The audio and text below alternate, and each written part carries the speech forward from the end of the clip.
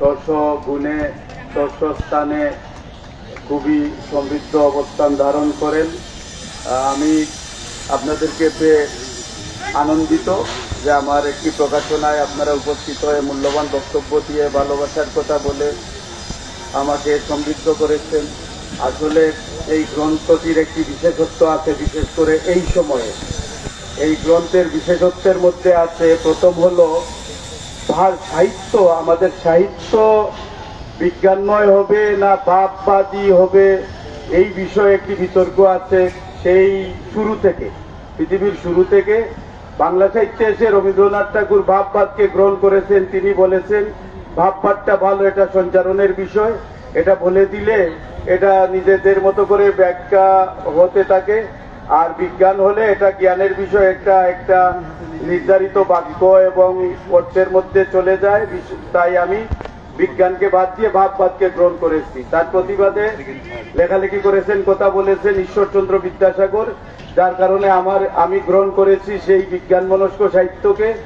সেই সাহিত্যের বিজ্ঞান মনস্ক সাহিত্যের বিষয়ে আমি এখানে যে প্রবন্ধ লিখেছি সে প্রবন্ধের শিরোনাম হলো বাংলা সাহিত্যে ঈশ্বরীয়, আমাদের বাংলা সাহিত্যের ঈশ্বরীয় অনুসরণ। এই বিষয়টাকে আমি ঠিক যেভাবে আমি শিরোনাম করেছি সেই শিরোনামটাই সরাসরি দেখে বলি, তাহলে আরো ক্লিয়ার হয়ে যাবে। বাংলা গদ্য ভাষার ঈশ্বরীয় উত্তরাধিকার, আমি আগে ভুল বলেছি, বাংলা গদ্য ভাষার ঈশ্বরীয় উত্তরাধিকার। আমরা যারা সাহিত্যকে জ্ঞানের বিষয় মনে করি তারা ঈশ্বরীয় ভাবধারার অনুসারী। আর রবীন্দ্রনাথ ঠাকুরের ভাববাদকে আমি বিশেষ করে চর্চা করি না, অনেকেই চর্চা করেন না। ভাববাদ আসলে একটি মানসিক বিষয় যা শেষ পর্যন্ত আমাদেরকে উদাসীনী করে। এই পৃথিবী দুদিনের, এখানে এত বেশি গভীরতার দরকার নেই, কাজে কর্মে কোনোভাবে চলে গেলেই হয়, এই জাতীয় বিষয় আশ্রয় দিয়ে আমরা জীবনকে উপভোগ করতে পারি না। আমাদের মূল বিষয় হলো জীবনকে উপভোগ করতে হবে, এর জন্য কঠোর পরিশ্রম করতে হবে, কাজ করতে হবে এবং আমাদের কাজের ফলাফলকে উপভোগ করতে হবে। এটা হলো বিজ্ঞান মানুষ। আচ্ছা, তারপরে আছে বাংলা ভাষার উৎপত্তি, মাতৃভাষা আন্দোলন, এই বিষয়টা আছে। বাংলা ভাষার উৎপত্তি তো সুদূর প্রসারী, অনেক হাজার বছর আগের বিষয়। এবং শেষ মুহূর্তে এসে আমার নেতা বিশ্ব বাঙালি আমার যে মতিন বাঙালি ভাই, যিনি অমরাবতী সাহিত্য পত্রিকার সম্পাদক এবং যিনি অমরাবতী প্রকাশনী আর সাহিত্য পত্রিকা এবং প্রকাশনী, আর বাংলাদেশ রাইটার্স ইউনিয়ন হলো উনার সংগঠন। আমি সেই সংগঠনের আয়োজনে যোগদান করি, উনার কাছ থেকে জেনেছেন। তো আমাদের এই যে তিনি বলেছেন যে আমাদের বাংলা ভাষার বিরুদ্ধে যে সময় সময় ষড়যন্ত্র হয়েছে, এখন আমাদের জাতিসত্তার বিরুদ্ধেও ষড়যন্ত্র হচ্ছে বা হয়েছে। আপনারা জানেন কিছুদিন আগে যে গণভোট হলো, সেই গণভোটের একটি পয়েন্ট ছিল, প্রথম দফাটি ছিল যে আগে আমাদের সংবিধানে ছিল জাতি হিসাবে আমরা বাঙালি আর নাগরিক হিসেবে বাংলাদেশি। এটা আমাদের সংবিধানে এখনো আছে।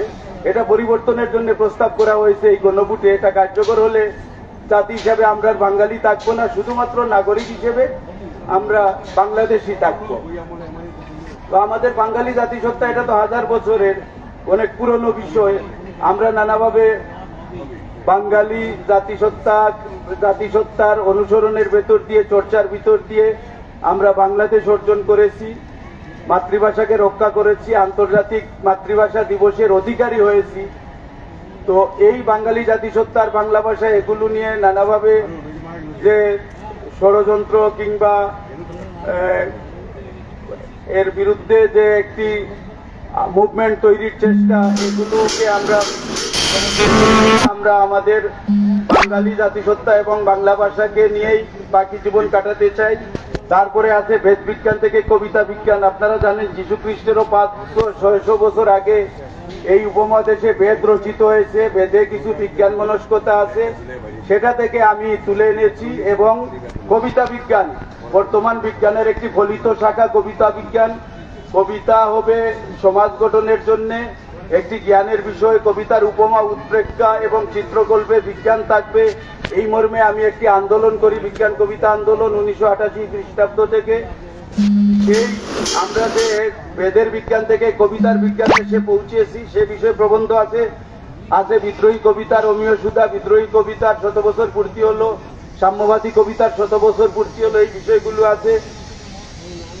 এভাবে মুক্তিযুদ্ধ পরবর্তী বাংলা কাব্যের বাকবদল আছে। বিজ্ঞান যখন সম্প্রসারণবাদ নামে বিজ্ঞানের গুণকীর্তন আছে। কবি সুকান্ত ভট্টাচার্য চত্বর যেটা আছে সেই গোপালগঞ্জে, সে বিষয়টি আলোচনায় এসেছে।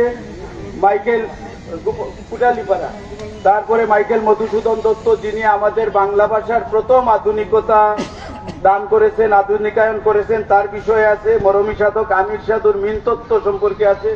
সিলেটের একজন লোকসাহিত্যিক আমির সাধু, তিনি রক্ত পরম্পরায় আমার দাদা হন। তিনি যে মিন তত্ত্ব, এটা মরমীবাদের একটি অধ্যায়, সে বিষয়টি আলোচিত হয়েছে। ছন্দবিদ্যা নিয়ে কথা বলেছি। এইভাবে কবিতার বিবর্তন এবং বিজ্ঞান যুগের কাব্যচিন্তা নামে আলাদা আরেকটি প্রবন্ধ আছে। এই প্রবন্ধগুলোর ভেতর দিয়ে আমি বাংলা সাহিত্যকে বিজ্ঞানময় করা, সমৃদ্ধ করা, বিজ্ঞানকে আমার সমাজ সচেতনতার অবলম্বন করা এবং বিজ্ঞান মনস্ক একটি সমাজ গঠন করা, যেটার মনন হবে বিজ্ঞান, যেটার ধর্ম হবে বিজ্ঞান, যেটার বাণী হবে বিজ্ঞান, যেটার ভাষা হবে বিজ্ঞানের যত আবিষ্কার যেগুলো আমরা ব্যবহার করছি, বিজ্ঞানের যে আবিষ্কারগুলোর ভেতর দিয়ে আমরা বিজ্ঞান সভ্যতায় পৌঁছে গেছি। পরবর্তী সভ্যতার নাম আপনারা জানেন, এটা হবে ভিন্ন আরেকটি সভ্যতায় আমরা যাচ্ছি। বিজ্ঞানের পরে আমাদের কি হবে এটা নিয়ে সাইবর্গ যুগ যেটাকে বলে আর কি, আমরা সাইবর্গ একটা যুগে পৌঁছাবো। যেমন আমার হাতে একটা এই স্ক্রিন থাকবে, সেই স্ক্রিনে হয়তো আমি ঘড়ি দেখতে পারতেছি, টিভি দেখতে পারবো। আমার মাথায় একটা চিপ থাকবে, যে চিপ দিয়ে আমি হয়তো সারা বিশ্বকে নিয়ন্ত্রণ করতে পারবো, যোগাযোগ করতে পারবো। এরকম একটি যুগের কথা বিজ্ঞানীরা ভাবছেন যে এটা হতে পারে। আমি ডক্টর জমির ভাইকে কি দেখতে পাচ্ছি, আপনি দয়া করে মঞ্চে চলে আসুন। জমির হোসেন ভাই একজন বিজ্ঞান চিন্তার মানুষ, উনি শেষে আসলেও আমরা তার শুভেচ্ছার ভেতর দিয়ে আমার বক্তব্য শেষ করবো। আমি আর বক্তব্য দীর্ঘায়িত করছি না। যারা এখানে উপস্থিত হয়ে আমাকে সমৃদ্ধ করলেন তাদের সকলের কাছে কৃতজ্ঞতা। আমাদের এইসব বন্ধুরা যারা সামনে বসে আছেন সকলের কাছে আবারও কৃতজ্ঞতা। ডক্টর জমির হোসেন ভাই এখন শুভেচ্ছা বক্তব্য দিয়ে শেষ করবেন। ভাষার অমীয় সুধা আমার এই গ্রন্থের মূল উন্মোচন হলো প্রবন্ধ। ধন্যবাদ। ধন্যবাদ কবি হাসনাইন সাজ্জাদী, আমাদের খুব প্রিয় এবং আমি দেখেছি বইটা। ভাষার অমীয় সুধা গ্রন্থের লেখক আমাদের প্রিয় কবি হাসনাইন সাজ্জাদীকে আমি প্রথমেই অভিনন্দন জানাই, শুভেচ্ছা জানাই। অত্যন্ত সুন্দর একটি গ্রন্থ উপহার দেওয়ার জন্য আমি আশা করছি বইটি পাঠক সমাদৃত হবে এবং গ্রহণযোগ্যতা পাবে। বিজ্ঞান কবিতা আন্দোলনের প্রবক্তা আমাদের কবি হাসনাইন সাজ্জাদী। আসলে বলতে গেলে সাহিত্য তো বিজ্ঞানী, তাই না? মানুষের যে মৌলিক চেতনা, মানুষের যে ফান্ডামেন্টাল যে টেন্ডেন্সিগুলো আছে, সেই সাহিত্য হচ্ছে চিরায়ত সাহিত্য এবং মৌলিক প্রবণতার সাথে বিজ্ঞান চিন্তার হুবহু সাদৃশ্য আছে, মিল আছে। এবং বিজ্ঞান সায়েন্স যেটা এই যে উত্তরোত্তর যে মানে এক যে ক্রমোন্নতি হচ্ছে, বিবর্তিত হচ্ছে, বিকাশ হচ্ছে বিজ্ঞানের নব নব আবিষ্কারের মাধ্যমে, এবং সেই আবিষ্কার কিন্তু মূলত আসলে সাহিত্যের আবিষ্কার, সাহিত্য এক প্রকার আবিষ্কার। মানুষের যে মৌলিক প্রবৃত্তি যেগুলো চিরায়ত, শাশ্বত, চিরন্তন, সার্বজনীন, শিল্পের প্রাথমিক সার্বজনীন, ইম্পার্সোনাল, এই যে সার্বজনীন আবেদন, সেই সার্বজনীন আবেদনকে অন্বেষণ করা হচ্ছে বিজ্ঞানের লক্ষ্য এবং উদ্দেশ্য। এটা আমার this is my own assessment, এটা আমার নিজস্ব একটা অভিব্যক্তি। সেই সার্বজনীন আবেদনকে অন্বেষণ করেছে কবিতার অন্বেষণ এবং বিজ্ঞান কবিতার অন্বেষণ।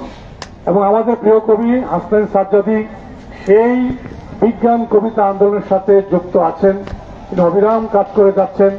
আমরা আশা করছি তার এই পথ চলা সুন্দর হবে, সুগম হবে এবং আমাদের